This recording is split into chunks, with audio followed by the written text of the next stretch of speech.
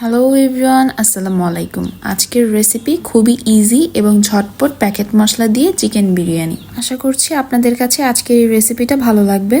বিরিয়ানি রান্নার জন্য আজকে আমি এখানে প্রায় 2 কেজি পরিমাণে চিকেন নিয়ে নিয়েছি। আপনারা চাইলে সম পরিমাণে বিফ কিংবা মাটনও নিতে পারেন।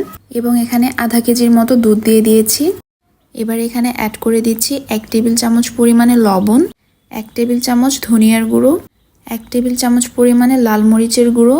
এবার 4 থেকে 5টার মতো এলাচ এবং 2 থেকে 3টার মতো দারচিনি দিয়ে দিলাম। লাস্টে এখানে 4 টেবিল চামচ পরিমাণে আদা রসুন পেঁয়াজের পেস্ট দিয়ে দিচ্ছি। চুলার আঁচটাকে অন করে এবার হালকা হাতে এই সব কিছুকে মিক্সড করে নিয়ে এখানে অ্যাড করে দিচ্ছি পেঁয়াজ কুচি এবং কাঁচামরিচ।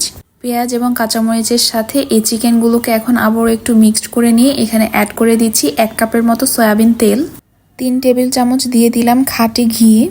এবার চুলার আঁচটাকে মিডিয়ামে রেখে অনবরত নেড়ে এগুলোকে রান্না করে নিতে হবে 10 থেকে 15 মিনিটের জন্য। 15 মিনিট পরে অ্যাড করে দিচ্ছি বিরিয়ানির প্যাকেট মশলা।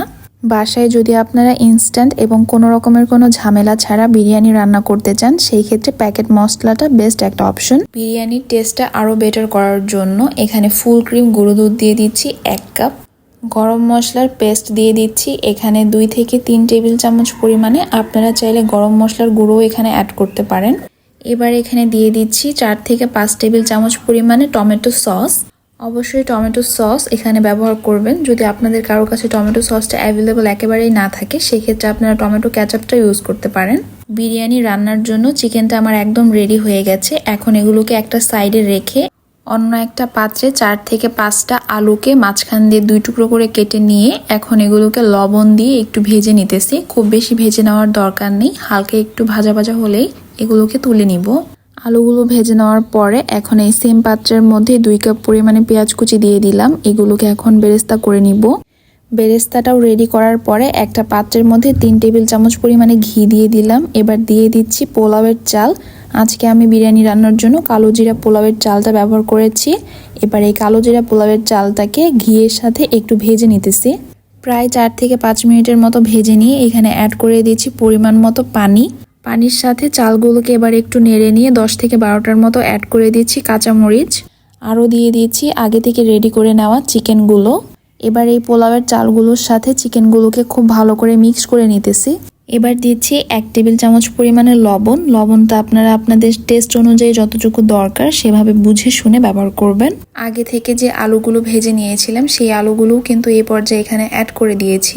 এবার একটু টাইম নিয়ে এই সব কিছুকে খুব ভালো মতো একটু মিক্সড করে নিতে হবে। যত ভালো করে মিক্সটা করা হবে বিরিয়ানির টেস্টটা কিন্তু তত বেশি বেটার আসবে। এর জন্য একটু সময় নিয়ে আপনারা খুব ভালো মতো মিক্সড করে নেবেন। এখন অ্যাড করে দিচ্ছি আলু বুখারা। আলু বুখারা এখানে আমি 7 থেকে 8টার মতো ব্যবহার করেছি। যারা যারা আলু বুখারাটা পছন্দ করেন অবশ্যই কিন্তু এখানে আলু বুখারাটা ইউজ করবেন। আলু বুখারাটা ইউজ করলে বিরিয়ানির টেস্টটা আরও 2 গুণ বেড়ে যায়। এবার চুলার আঁচটাকে হাইয়ে দিয়ে 10 মিনিটের জন্য আমি এগুলোকে ঢাকনা দিয়ে ঢেকে রান্না করে নিব। 10 মিনিট পরে ঢাকনাটা খুলে নেওয়ার পরে আগে থেকে ভেজে নেওয়া যে বেরেস্তাগুলো ছিল সেগুলো উপর দিয়ে দিচ্ছি। দেখতেই পাচ্ছেন বিরিয়ানিটা রান্না এখন একেবারেই শেষের দিকে। এই পর্যায়ে চুলার আঁচটাকে একেবারেই লোতে দিয়ে 10 থেকে 15 মিনিটের জন্য ঢাকনা দিয়ে ঢেকে বিরিয়ানিটাকে দমে রেখে দিব। প্রায় 15 মিনিট পরে আমি ঢাকনাটা খুলে নিলাম। দেখতেই পাচ্ছেন বিরিয়ানিটা কিন্তু একদমই রেডি হয়ে গেছে এবং চালগুলো কিন্তু প্রপারলি ফুটেছে। সো এভাবে আপনারা চাইলে খুব সহজে বাসায় কোনো ঝামেলা ছাড়া প্যাকেট মশলা দিয়ে ঝটপট বিরিয়ানিটা তৈরি করে ফেলতে পারেন। বানানোটা খুবই ইজি এবং খেতেও অসম্ভব মজার। বাসায় আপনারা অবশ্যই একবার তৈরি করে দেখবেন। রেসিপিটি ভালো লেগে থাকলে অবশ্যই আমার চ্যানেলটাকে সাবস্ক্রাইব করে দিবেন। সবাই ভালো থাকবেন। আল্লাহ হাফিজ।